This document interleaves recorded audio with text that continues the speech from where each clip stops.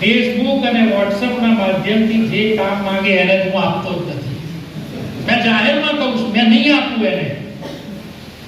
છોટાઉદેપુર સરપંચ સંમેલન વિવાદ તો ધારાસભ્ય રાજેન્દ્રસિંહ રાઠવા મંચ પરથી ભડક્યા. સરપંચ સંમેલનમાં ધારાસભ્ય રાજેન્દ્રસિંહ રાઠવાએ જાહેરમાં કહ્યું કે હમણાં લોકો વિડીયો ટાઈપિંગમાં હોડ લગાવે છે તો રસ્તો ખરાબ હોય તો તરત વિડીયો બને છે, પણ જ્યારે 108 એમ્બ્યુલન્સ પહોંચે છે ત્યારે કોઈ વિડીયો નથી બનાવતું. તો વિડીયો બાબતે જોરદાર ટકોર ધારાસભ્યએ પણ ઉમેર્યું કે આ બે કાટલા નહીં ચાલે. આપણા માટે માપદંડ જુદા અને બીજાઓ માટે જુદા એ વ્યવસ્થા મંજૂર નહીં. તો વિડીયોમાં તેઓ પોતાની જોડી ઉચકી બતાવતા જોવા મળ્યા હતા કે જેની ચર્ચા વિસ્તૃત છે. રાજકીય માહોલ ગરમાયો, સરપંચો વચ્ચે ફફડાટ જોવા મળ્યો.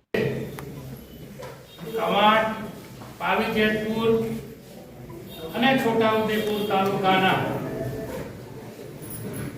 ગ્રામ પંચાયતોની જે તાજેતરમાં સ્થાનિક સ્વરાજ્યની ચૂંટણી થઈ એમાં નવા ચૂંટાયેલા સરપંચશ્રીઓના સન્માન સમારંભમાં આજના કાર્યક્રમના અધ્યક્ષ છોટાઉદેપુર લોકસભાના લોકપ્રિય જનપ્રિય સાંસદ આદરણીય જસુભાઈ રાઠવા સાહેબ, છોટાઉદેપુર જિલ્લા ભાજપાના અધ્યક્ષ આદરણીય ઉમેશભાઈ રાઠવા સાહેબ, જિલ્લામાં કોઈ આપણો ભાઈ આવાસથી વંચિત રહેતો હોય હમણાં જ તો એમાં પણ આપણે કાળજી રાખવી પડશે, એના માટે આગળ આવવું પડશે.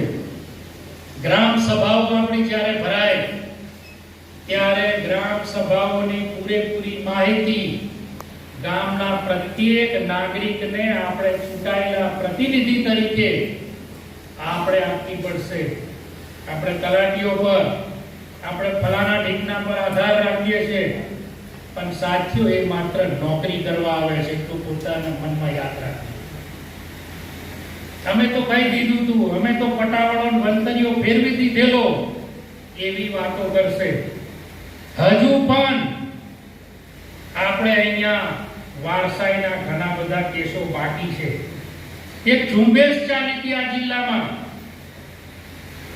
ઘણા બધા હજુ એનો બાપોય ઓફ થઈ ગયો છે ને એનો દાદોય ઓફ થઈ ગયો છે ને હજુ પણ 7-12 નામ ચાલે છે. આ ગામડા તોડવા બેઠો છે, ભાષા તો તોછડી. હવે એવા લોકો એમ વિચારે કે અમે રાતે વિચારે કે અરે અમે સંસદ બની જઈશું, ધારાસભ્ય બની.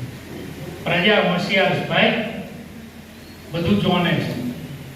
આનો શું મતલબ? આ લોકો એમ કહે છે હમણાં આપણી ગુજરાત સરકારે છોટાઉદેપુર થી લઈને દેવગઢ બારિયા જોજ અને લુણાવાડા થોડુંક લાગુ કરીશ, પણ 2 મહિનાનું અંગ્રેલું છે. આ 4 ટ્રેકનો આપણો રસ્તો થવાનો. બોડેલી થી ડભોઈ ને ડભોઈ થી કરજણનો 4 ટ્રેકનો રસ્તો થવાનો. એટલે અમારા સાહેબ પણ 2 વાર જી આવ્યા. સાલું આ ગુજરાત સરકાર કરે છે એટલે મારે પણ જાગવું પડશે, બરાબર સાહેબ? હવે આ બધાને શું કહેવાના? એક બાજુ એમ કહે છે કે આપણે દેશ સાથે જોડાયેલા નહીં, છોટાઉદેપુર છેવાડાનો સરહદી આદિવાસી બોર્ડરનો જિલ્લો, કોઈ પૂછતું નહીં. રસ્તા વગર વિકાસ થવાનો છે?